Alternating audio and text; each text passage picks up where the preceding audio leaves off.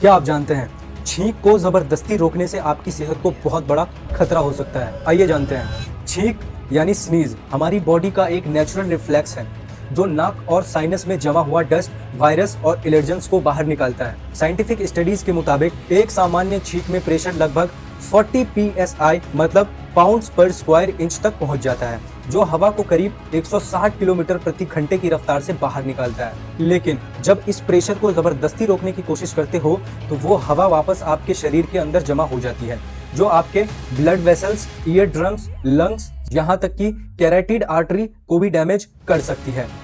Historic medical reports भी ये बात कंफर्म करते हैं कि एक्सट्रीम केस में छींक रोकने की वजह से कैरोटिड आर्टरी रैप्चर्स और स्ट्रोक तक हो चुके हैं।